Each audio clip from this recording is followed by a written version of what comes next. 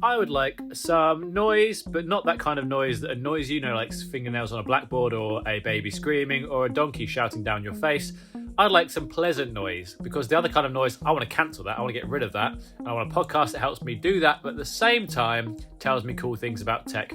And my word, have we got a lot to tell you about this week. But before we get to that, this lovely podcast from Future Publishing, which encompasses TechRadar, Laptop Mag, Tom's Guide, and a host of other titles. Let's find out who's on the podcast. Sherri, who are you? I'm Sherri L. Smith, Editor-in-Chief of Laptop Mag. David, who are you? I'm David Lumb, Mobile Editor US at TechRadar. Matthew Swider, who are you? I believe Matthew Swider, or Matt Swider, as Managing Editor at TechRadar.com. And I am Gareth Beavis, Global Editor-in-Chief of TechRadar, and I am trying to inhale lunch before the podcast, and I haven't managed it. And I've stupidly opened a can of Pepsi, which is making me all kinds of burpees. So that's going to be fun audio for you guys listening, isn't it? Yay! Bodily functions. I've had a very tough morning, so I need a little treaty treat, and that's what the can of Pepsi is going to be. Right, we've got a lot to talk about, as I said, so we're going to get into it. But as always, before that, it's time for the big question. And this week we had one that just sort of threw itself into our faces. LG did something a bit bonkers, let's be honest. It's the LG Wing, where, if you haven't seen this already, it's a phone that the front screen twists 90 degrees, and below it is a secret little screen. So it's not like a fold-out phone, but it is a phone with two screens. Imagine like a phone that becomes the letter T. You're pretty much there. Obviously, there's a very good write-up on that on techradar.com, so please do check that out. But the big question this week is, given the LG Wing is so bonkers, what would you awkwardly attach a second screen to? Sherri, are you LG winging it again this week? Of course, I always wing it because I forgot all about this question. I don't think you forget about the questions. I feel like you just, as soon as I tell you what they are in the production meeting, you're like, yeah, cool. And that's the end of the thought process. Until right this moment. I mean, if gaming-wise, I would like a second screen on a controller, not like a Moga. Like, I'd like to hit a button and a screen, like, kind of pops up and just retracts when I'm done with it, so I can take it on the road. Other things I would like a display on. Ooh, I actually want a working version of that, remember, I want to say 4 years back when Razer brought out that multi-monitor laptop. With the middle one, yeah. Yeah, I think it wasn't Project Victoria. I forgot what they called it. Christine? But no, Christine was the modular desktop. Actually, Victoria might have been this, but it was a Razer Blade laptop. It was like a 17, and it had two additional monitors on the sides, and the working theory was, because it was a prototype, and of course they wouldn't let us touch it, was you hit a button and the monitors would roll back into the main monitor in some snazzy setup. It never came to fruition. It actually got stolen that CES. It ended up on some site in China. Oh, yeah. But I thought it was a really dope idea, and if somebody could have made it, I'd really like that. Project Valerie. Valerie, I knew it. Why don't you come on over? Valerie. I'm sorry. I appreciate that. That was yeah, nice. I didn't commit to it hard enough. That's the problem there. Okay, I don't really know what your answer was, Sherri. What was your? You kind of did a monologue about thoughts. Well, no, the answer would either be a game controller or a laptop. Okay, the game controller is a cool one. I think we saw some nice concept around Sony's possible DualSense and the build-up to it that involved a second screen that could do cool stuff with. Never happened. Basically, it would make it a small Wii U, wouldn't it? No one wants that. David, what about you? Definitely my Apple Watch could use another second screen that pops out. Honestly, just screen real estate. God, it would be lovely to just have a little bit more room to move around with. But my real human answer is on an iPad. Why? So that I can actually multitask, because trying to do the whole, do the, Safari and Google Docs at the same time is such a pain in the ass to set up every time. Just give me a second screen, and that's where all my texts go, that I can swivel out. Well, you've got a Mac, so technically the iPad can become a second screen in that sense, can't it? It's true, but, I would love it on the go, and I also don't want to buy into the sidecar hype. I know that's big. iPad OS 14. Everyone's here for it, baby. But like if I'm on the go, say, and I'm like, I don't know, maybe cooking in the kitchen, I don't want to haul out my laptop out to be able to do the multi-screen thing. I don't know. Call me old-fashioned. Okay, Matt Swider, what's going on from your wonderful brain? I would put it in I don't want to say a pair of sunglasses, but I would put it in I feel like you're gonna. Google Glass.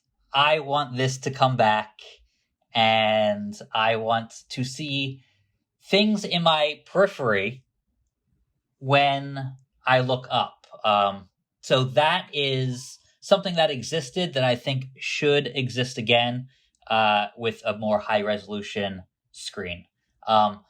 Mostly because I don't think everybody has this problem, but I carry a lot of stuff in New York City, at least when I went outside.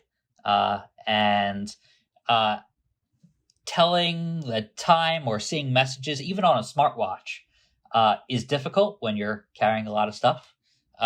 So when we were emptying out the office when the pandemic was happening, carrying a bunch of screens in my hand, I was like, oh, what time is it? I know the bus is going to be here in at this specific time. I'm like, I can't tell the time because I have too much stuff in my hands. And this is a problem of living in New York City. So if we could attach a screen to my face, I would really love that. I feel like you're being unfair on New York City there. I mean, you just described someone who carries a lot of things. I don't think that's particularly specific to New York. I think people can carry things in Ohio, in California, in Norway. But people do that there. But I drive. I used to drive in California, so I could stow that. There's nowhere to really stow 2 computer monitors walking down 42nd Street. True. But I doubt that many of our listeners will ever have that inconvenience. But you're right. It does make it a lot more helpful to have that. I mean, would you call it a second screen, or would you call it just the screen on the Google Glass? Which, by the way, for the listeners, you couldn't see. Matt did put it on. He did look as cool as you'd imagine. So, however you feel about Google Glass, that was the situation. But would it be a second screen on top of what's already there, or just enhancing the current one? Well, my goal is to get to 6 screens. So I think that one day I will have this computer set up that I currently have in Google Glass form. Well, one day that would be beautiful. Yeah, and we can all be part of Matt Swider's virtual world.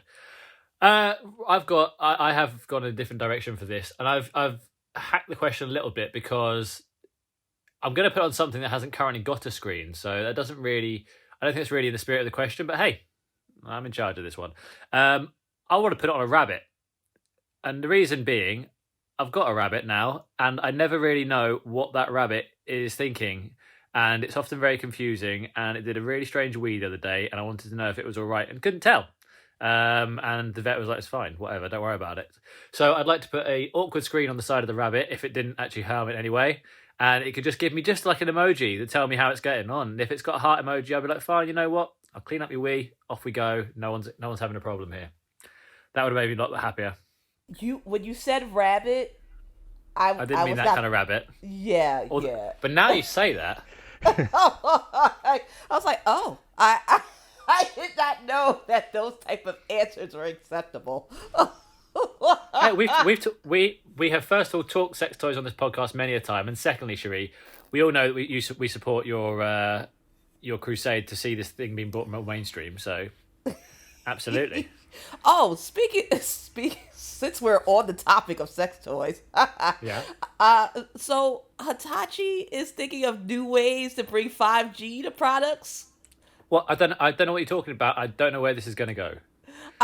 Hitachi makes they make the magic wand. It's one of the best toys out there, and they don't claim it. They just they don't put any branding on it. They don't it's just this massive wand, and I'm like, are y'all thinking about putting 5G into that? Do we need a 5G connected sex toy? What would that do? Actually, that would be a pretty good move for teledildonics. I was thinking that, which is one of my favorite words of all time. That's actually Sherri's just in a reverie right now, just thinking. Yeah, no, that's actually a good idea. But moving on. Yeah. I've got literally an idea who to award the points to this week, so we're going to call it a big old lovely draw. So we can get on to the 1, 2, 3, 4, 5 big things that we need to talk about this week. Number 1, let's go. Swider. It was the PS5 event last night. It was massive. I think people are generally, apart from struggling to find this thing, quite happy about the new PS5 console, right? I am currently trying to look for this thing. And Is it on Amazon? It is sold out everywhere I've looked so far. So not happy about that, but I'm okay with maybe getting it a day or two late if need be. But the price is right in some cases. So it comes out on November 12th in the US, November 19th in the UK. The 12th is also coming to Canada, Australia, New Zealand, Japan, Mexico, South Korea.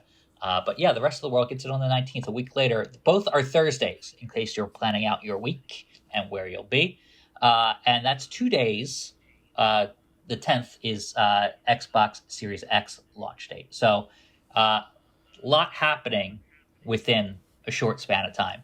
And then it costs, the cost is $500 for the disc version. That's the version that I'm looking to get. The Big Daddy version. Yeah, that is £449 in the UK, and it is $400 for the digital version, the PS5 digital edition, or £359. So 2 different prices there. But I'm going to throw it out there that you will save money by buying the more expensive version. I may have an op-ed I agree with you.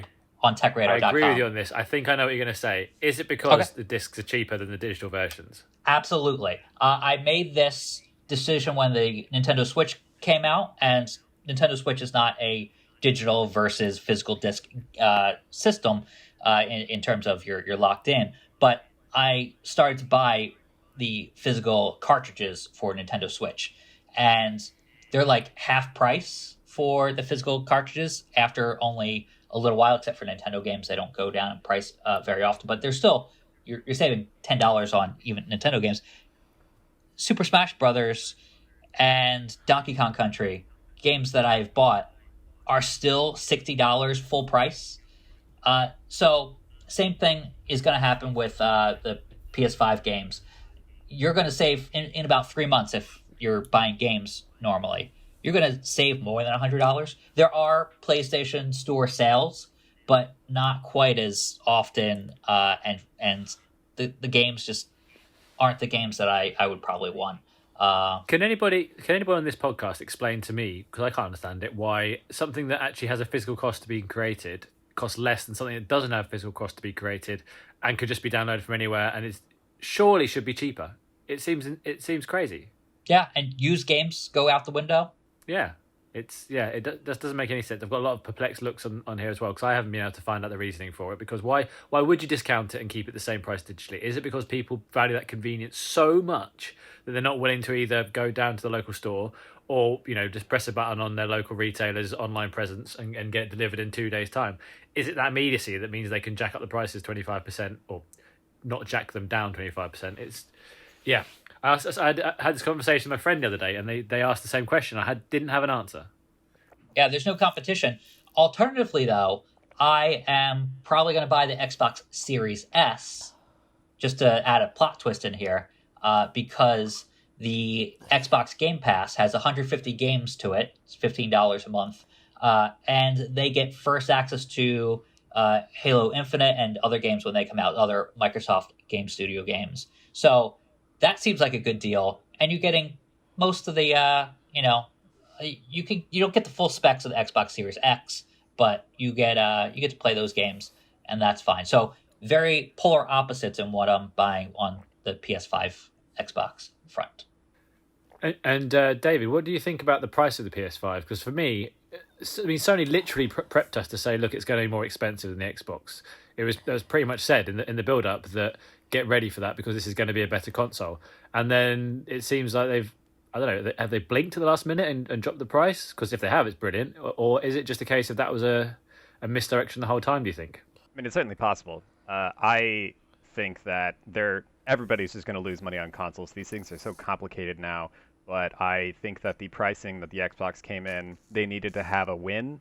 And that win was putting the digital edition just $100 more expensive than the Xbox Series S. I don't think there's any way that they really wanted these prices to be that low, and low with huge air quotes here because it's still a $500 console that they're putting ahead. But maybe they just got horrible flashbacks to the Xbox 360 and PS3 face-off in which the Xbox thoroughly trounced them for years because of that. But that's not why they trounced them. Like, Xbox, that particular generation of Xbox, they stepped up their game and they got a lot of exclusive titles. Yes, the price was a factor, a big factor, but at the end of the day, like, those prices dropped within a year. Okay, those are the facts, but how do we remember them? And are those the true facts? I remember Xbox had a ton of exclusives and PlayStation had dropped the ball. That's how I remember it. But yeah. But I do think Sony is disrespectful. I knew, like, they knew, like, because I was talking to a friend about this and they were like, well, how much do you think it's going to be? I honestly thought they were going to keep I thought it was going to be a $600 console. I do think they blinked. Yeah. I do think they said, okay, we'll sell it at a slight loss, but that we're not going any lower than this. Even after seeing Xbox's prices, because they, at the end of the day, they made their case for why it's more expensive with that showcase. Like, like Sony knew good and damn well once they rolled out that console exclusive for Final Fantasy 16. Showed off some actual gameplay and Spider-Man Miles Morales. And then they showed the price because they kept winding you up like, all right, it's coming, here's the price. And if you thought about complaining about it, oh, by the way, God of War is coming next year. You're really not going to give us money? No, you're giving us money. We could ask you for your newborn kid and you're going to hand it over. Like, nobody was going to not buy it. So, I mean, for me, from from a more of a spectator point of view, who may or may not buy the consoles, I'm not thoroughly engaged in this whole thing. It seems to me like Sony is managed to make the console that was thought going to be more expensive, cheaper than expected. You can buy it earlier than you can buy the Xbox in theory, because the pre-orders are open already and they're selling out everywhere. And the exclusive games look pretty exciting. Apart from the Game Pass, it seems to me like Sony's done pretty well here, right? Yeah. Yes. Yeah. Okay, good. Everyone agrees. Except for pre-orders. Yeah, well, but the fact is everyone can't get the pre-orders right now. What is the one way to make it sound like it's a super cool thing? No one can buy it. It's the ultimate marketing. Everyone's like, have you got one? All of my team has one. I will say you can go to techradar.com and sort your pre-orders because that's what I'm going to do after this podcast. And we do have a very good widget that is constantly checking for stock all around the internet right now in your region. So please do check out PS5 pre-orders, TechRadar on Google. That will get you right there. Next up, it was the Apple event, Time Flies event on Tuesday, and we didn't have the iPhone, unsurprisingly. But we did get a lot of cool stuff, I think. Enough cool stuff. I mean, I don't think I was blown away by the cool stuff since there wasn't a cool new thing outside of a particular budget watch. We didn't get AirTags. We didn't get the Apple headphones, but hey, that's probably coming, right? Here's what, so that AirPod, the iPad Air, again, I don't believe in tablets, so it's neither here nor there for me. But I'm like, how sad is it that all they have to do is say colors? Look at the colors, and everyone is like, ooh, the colors. Like, how starved are we for variety in our tech? Also, that thing they didn't cut down on the bezels. Apple has to figure out what they're doing with the bezels. Like, they cannot, generation after generation, keep coming out with these chunky boys when everybody else is shaving their bezels. But I guess I want to see how the camera works, and I guess I want to play with it. I don't know. I don't believe in tablets. Yeah, it's one of these things though with Apple, is people talk about, you said about the color side of things, but it's a juggernaut that all Apple needs to do is keep that momentum going forwards, right? It just needs to make sure that it doesn't do anything that makes it go into reverse, so that the products that come out aren't materially worse than the year before. So like the Apple Watch 5 and the Apple Watch 6, there's not a lot going on there. The new blood oxygen meter is like fine. It's not a medical grade device. It's just there for your own personal use, which means, you trust it less necessarily because it's specifically not medical grade. So you go, okay, fine. It's interesting to see how much oxygen I've got in my blood, and if it's low regularly, I may go and check it out. But it's not that kind of, like the ECG was a proper FDA approved device. And I think David picked it up there. It's this middle grade. I may go and check it out, but it's exciting. And I say exciting in inverted commas because it's nothing materially massive. But the Apple Watch SE is a much cheaper, good, middle-of-the-range device. So those people looking for maybe not the always-on display, but a device, an Apple Watch that has all the greatest new things, Apple Watch OS 7, hand sleep tracking, hand wash tracking, all the different elements, plus the new Fitness Plus feature that you can use with it as well. It's a great way into that. Same with the iPad Air. It's not the Pro. It's got a lot of Pro features. It's got the Magic Keyboard, which is a massive part of things, to be honest with you, because the Magic Keyboard is a real upgrade for the iPad. So, the as it was called, the Time Flies event didn't have much going for it in terms of there was no foldable iPhone, there was no Apple glasses, there was nothing sort of game changing.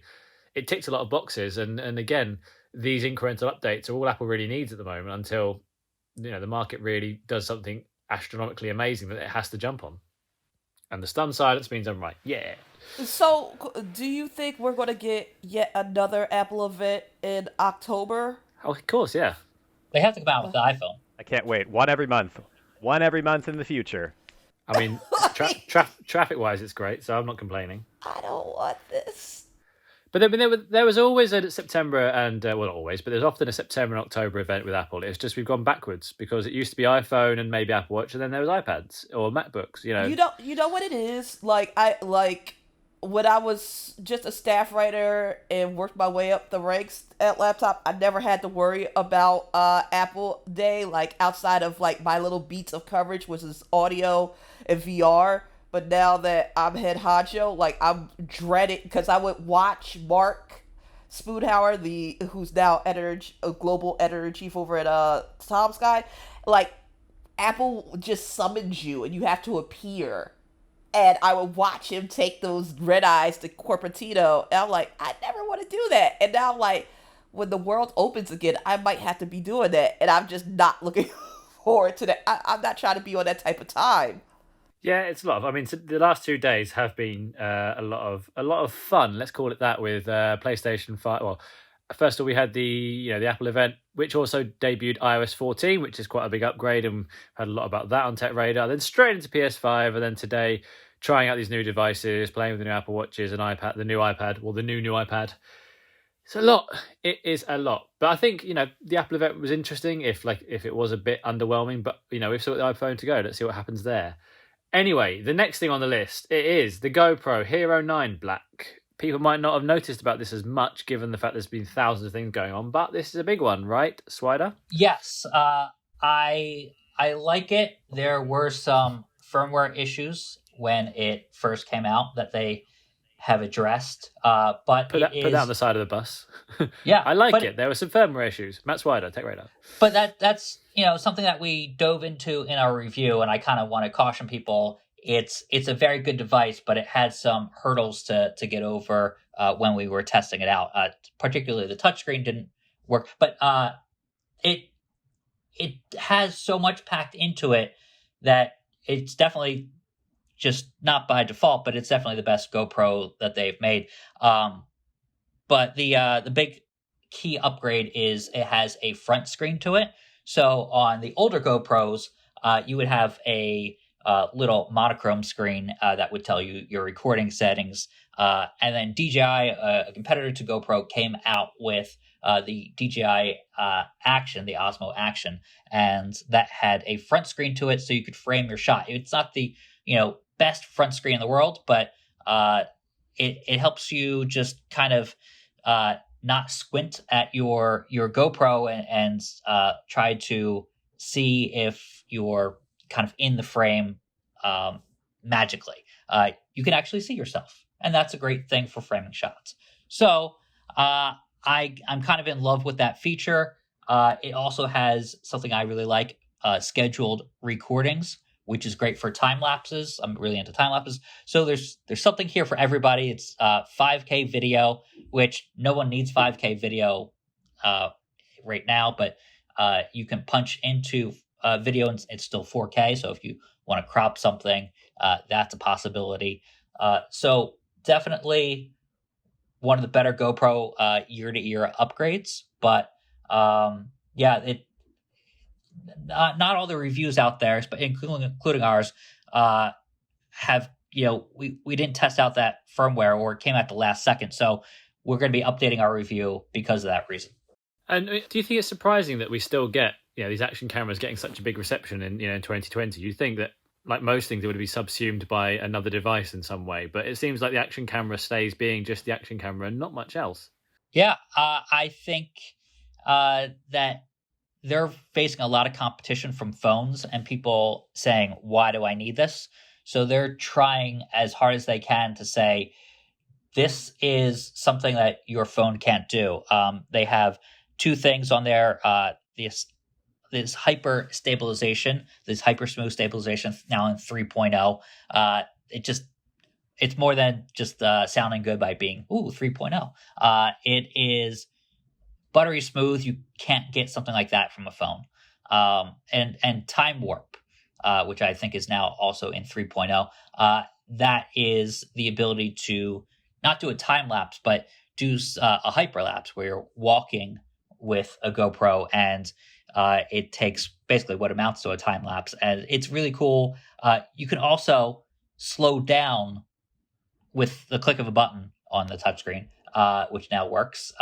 You can slow down the action in a hyperlapse and go to real time, which is just like, that makes too much sense. And there was a time where GoPro had that with, they had this time lapse feature, this hyper time warp, and you couldn't do that. And you're like, oh, now I have to stop my recording and then record something in real time and then boot up the, this hyperlapse mode again. So they've fixed a lot of the stuff that we wanted with the older GoPros.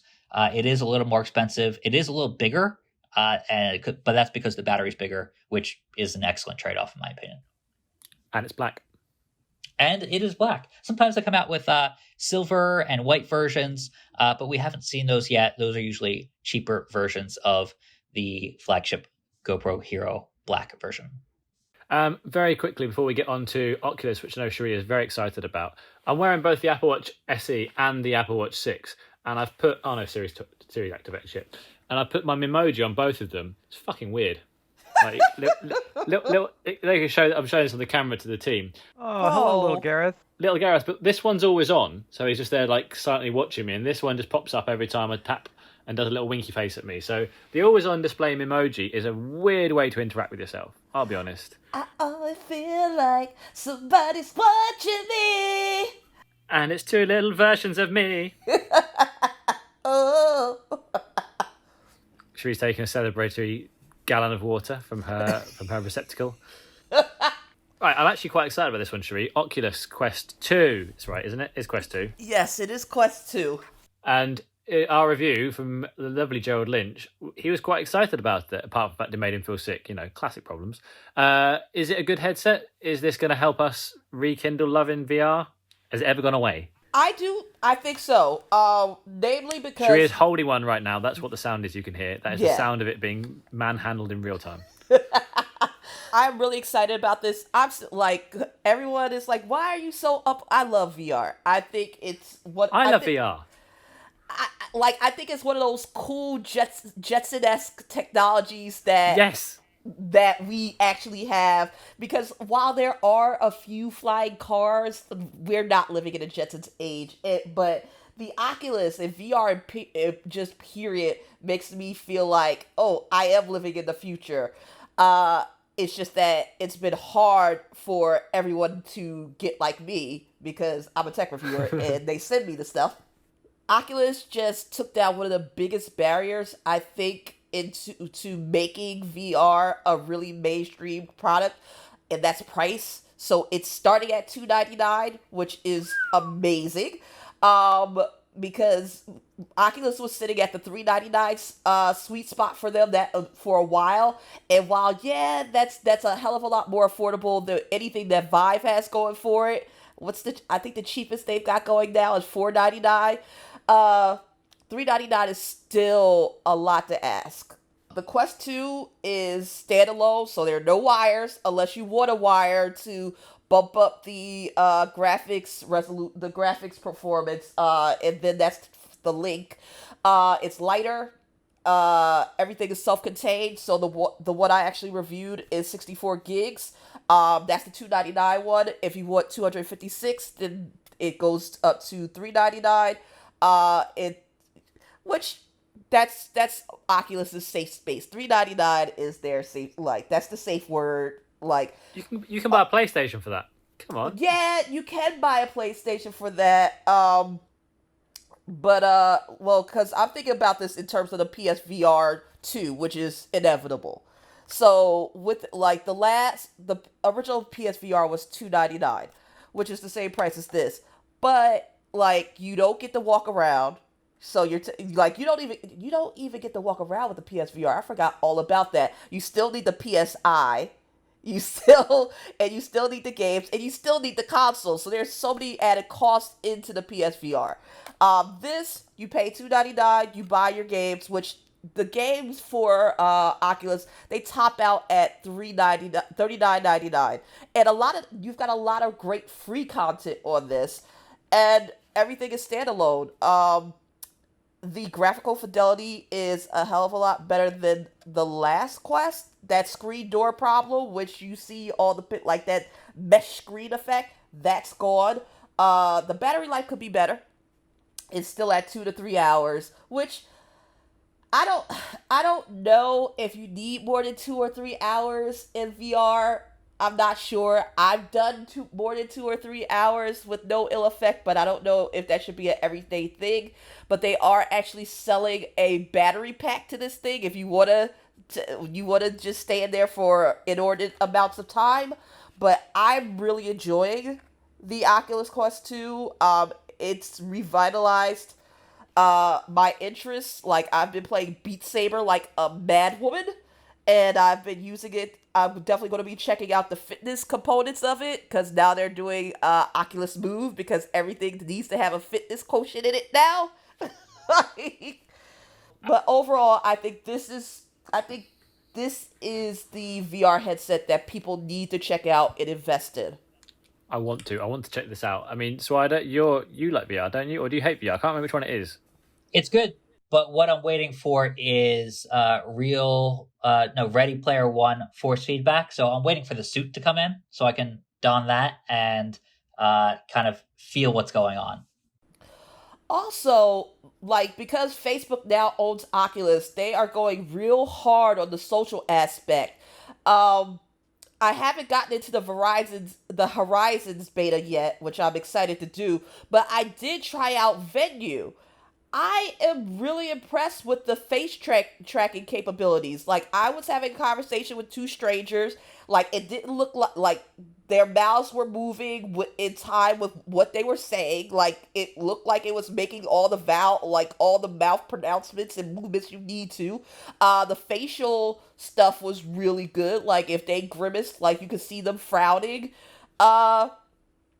And it was just a really fun time. And, like, thanks to the integrated speakers, like, it really just I felt like I was in a lobby about to go into a show, and I just happened to meet two dudes, and we just happened to like, hey, this comedian, like, let's talk about it before we go into the show. And it just felt really, really natural, and I was really, really impressed. And because Zuckerberg has said he wants a Oculus in every house, I think they are on the way to making that happen. It's interesting that the pandemic probably made them sell out in terms of the Oculus Quest 1. It was very hard to get that for a little while. And then now the Oculus Quest 2 is even more necessary because people are working from home, and that interaction is kind of lost. Yeah, absolutely. And it's I haven't done it with work yet, like work collaboration stuff. I basically use it to watch movies, play games, do a little bit of fitness stuff. But I should download Spatial and a couple of those other productivity apps and see what it's about. Right, we have got 2 minutes left of this section. So, Sherri, you're going to talk us through NVIDIA as well. What can you tell us in 2 minutes? The idea being this is before the news blast is quite ironic. It's a new card. It's powerful as hell. It's supposed to be up to 50% more powerful than the 2080 and 20% more powerful than the 2080 Ti. It's also less expensive than those two chips because the Founders Edition, cards, the Founders Edition is starting at $699, whereas the 2080 started at $799 when it debuted, and the Ti started at $1199. So the big thing about this is that it's got double the CUDA cores, which means that everything's gonna look prettier. Everything's gonna be more efficient and more powerful, and it's starting at a sort of affordable price. But if you did not get your pre-orders in early, you're gonna have a tough time finding it because scalpers, those nefarious people, have bought up a lot of the stock and they are reselling at obscene prices. So this is for just be clear, the NVIDIA GeForce RTX 3080, because Sherri, for all her wonderfulness, didn't mention that at the start. So just in case you're wondering which graphics card it is. I got excited! Which is good. Obviously, we want to be excited about the tech. But yeah, our review found, Bill Thomas did an excellent review on this, and they found that it was they called it an absolute powerhouse of a graphics card. Bringing 4K gaming to the mainstream was how it was dubbed, which is wonderful to hear because that's the kind of thing that we want to see in the PCs, right? Mixing it with the PlayStations, mixing it with the Xboxes, and giving people real options to play with. Sherri's nodding. Excellent. I'm so excited to get this into a desktop that could actually fit it. Unfortunately, my Alienware Aurora cannot fit it, so I will have to wait. Like that is the rub. So make sure if you have a case that you're thinking about swapping this into that it can fit. It's a long card. And some of your typical OEMs, Alienware, Northwest, and Main Gear, they might not use Founder Edition cards. They might use third-party cards from MSI or what have you. So make sure if you're going to get the Founders Edition that it can actually fit in your case, or you're going to be spending $700 on a card that can't fit, and you'll have to probably pay the restocking fee to return it. So please do your research. Yeah, don't do that. Please don't do that. Right, let's go for a quick break, and after this, we're going to hear from David Lumb, who's entering the News Blast arena. More after this. And we're back again. This is part 2 of Noise Cancelling, where we have talked about all kinds of tech. Now, David, how are you feeling? Are you sweating? Are you feeling ready? Nervous, but ready to give 110% to this news blast. That's what I want to hear. Right, so here, in case you are listening and haven't figured out what the News Blast is, what you've been doing, you should be subscribing. Please do. So with Spotify, Apple, wherever you get your pods. The News Blast is 1 minute where a different person, ideally each week, tries to tell us in as much detail as is needed to give us the flavour of the story, as many news stories as possible from the past week. So if we cover the big things, these are the kind of the appetizers, the snackettes, the side dishes that you want to be learning about in the tech world.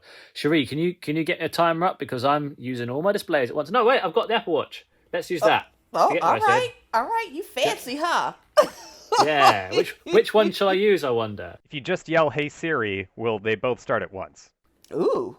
Good question. Hey Siri, start a timer for 1 minute. Okay, 1 minute and counting.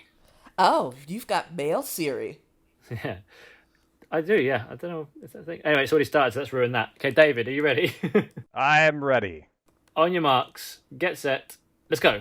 Okay, Netflix releases a trailer for one of the biggest movies of the year. This is The Trial of the Chicago 7, the Aaron Sorkin written and directed recounting of protesters of the 1968 Democratic National Convention, hit on trial. A lot of stars you probably know: Sacha Baron Cohen, Joseph Gordon-Levitt, Eddie Redmayne, Yahya Abdul-Mateen II. Lots of people. Looks great. Moving on. The Bose launches a cheap soundbar. It's about $250. That's great. It's also small, so it fits under your TV. 250, 594 millimeters. Americans don't believe in metric. That's about 2 feet wide and 2 inches tall. All right. Moto G9 Plus is a cheap answer phone to the Samsung Galaxy Note 20. It looks like a Note 20. It's going to be cheap. It's only in Brazil right now. Sorry, everyone else. Casio launches retro cool G-Shock watch inspired by volcanic lightning. Oh my god, it's not bulbous like any other smartwatch. It looks big, it looks a little masculine, sorry for the gendered, but it's an old watch in a new form. LG's 163-inch micro LED TV could be Time. Boy. You got 4. Bummer. Whew. Yeah, I feel like I want to have you back on again for another go in the future, because you spent 30 seconds talking about the Netflix movie and then really got into your stride. I did. I know. I think I just, it's my first time blasting. Yeah. I really stumbled out the gate there. Spent way too much time in entertainment. You can tell that there was a lot of stuff in that first one, and man, all the other stuff is actually an easier sell than being like, why should you care about a film? But I feel like, you really showed your chops here. There's a lot of potential for future news blasting. So I'm excited to have you back for that. Thank you. I didn't want to let down the TechRadar name. No, but you did get the lowest score, joint lowest score of all time. So, mix it in there. So you share that with Sherri. It's such a David thing, though, to give you so much depth Yes. in an article. He does it during podcasts as well, so that's nice. Good. I've got a brand. I can shave off time. Just let me go again, Coach. We will have you on again soon, because I do want to find out what kind of untapped potential we can get here. We'll be running drills in the week, just get you on VC. We'll be like, go, here's 10 things. Talk about them now. Right. We've got time for the most popular, unpopular thing, Sherri. What is it? Unpopular opinions, let your head unfurl. Tablets, consoles, everything else. What are we going to hate on today? Unpopular opinions. And what are you going to hate on today, Sherri? I am going to hate on Xbox/Sony. I'm going to buy them both. I'm going to get the Series X from Xbox, and I'm going to get I have the physical version of the PlayStation 5 on pre-order. Woohoo! I've done it. One down, one to go. The reason I'm going to be a hater is because Xbox has to redeem, like they are out the box with that price. It's amazing, but again, I've danced this dance with Xbox before, that like with them being the most powerful system and all of this and the pricing and everything is right, but games, like, they have to nail the thing with the games. Yes, Game Pass, and yes, you can play all these, but it's kind of like, if you don't have exclusives, they're going to be sunk, and they have to be exclusives that people want to play. So, for instance, they don't have a God of War out the box. They don't have Final Fantasy 16. They don't have Horizon Forbidden West. They don't have Spider-Man Miles Morales. And the list goes on and on. So the exclusives that we're looking forward to for Xbox: Gears of War, which we haven't seen anything for and haven't heard hide nor hair yet. Halo, which has been pushed back, and Forza. That's not a deep well.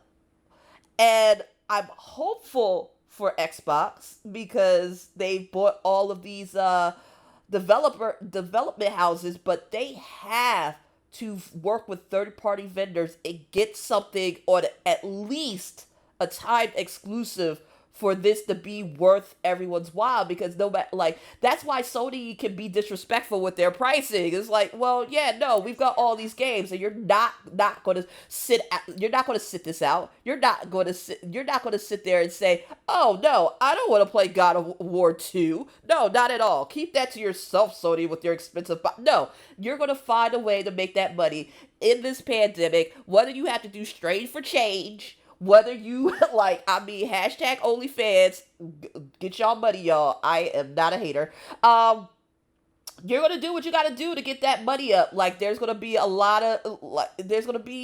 people are going to be really creative to make sure that they have that pandemic capital to make sure that they have that PS5. I'm not sure that people are going to do it just off the strength of the games for the Xbox. So Xbox really has to nail that down. And that's why, even though I am definitely going to get an Xbox Series X, I am a little concerned about the game lineup. Do you agree, David? Do you agree, Matthew Swider? Or do you think, wrong? I do. Now I do. I mean, I didn't see it laid out. They need an Uncharted. Like, they need Uncharted. They need God of War. Those style of games, I just don't see. I mean, they don't have either the mascot games that Nintendo has. I think the last one that Microsoft tried was Blinks, that magic cat. It just didn't resonate with anybody, and that's their biggest problem. But I'm still, like Sherri, going to complain about them, but also pay them $1,000. Yeah, they're gonna get my money. And speaking of mascot games, I didn't even think about Ratchet and Clank, and that's one of my favorites. They really have to nail this down. They've got to figure it out. I wouldn't even be mad if they figure it out. I would even and did a remaster of that and really just rebranded that and brought it into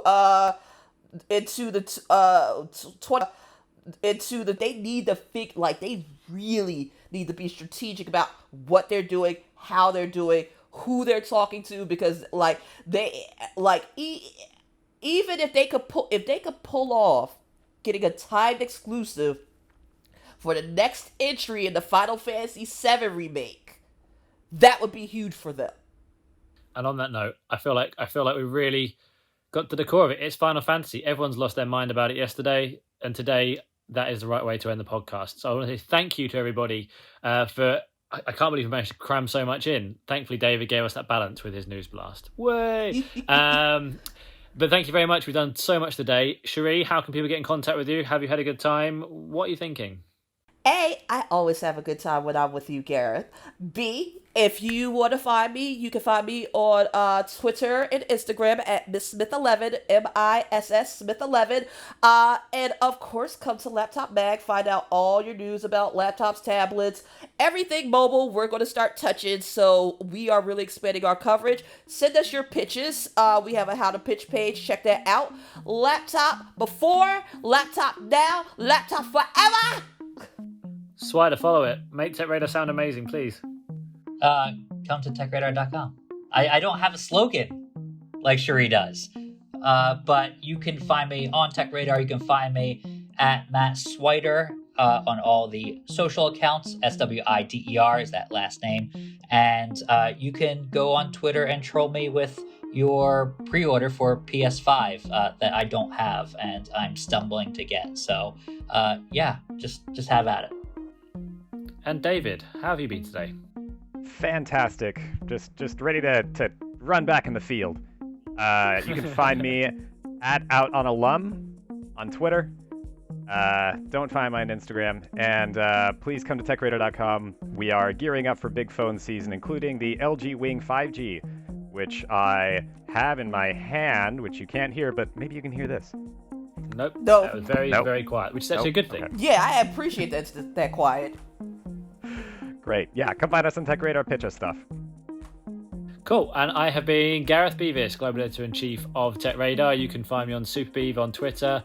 TechRadar is a place that I write things. That's often the case. And you can see my face in Memojis, which I'll be posting pictures of very soon because everyone wants to see that.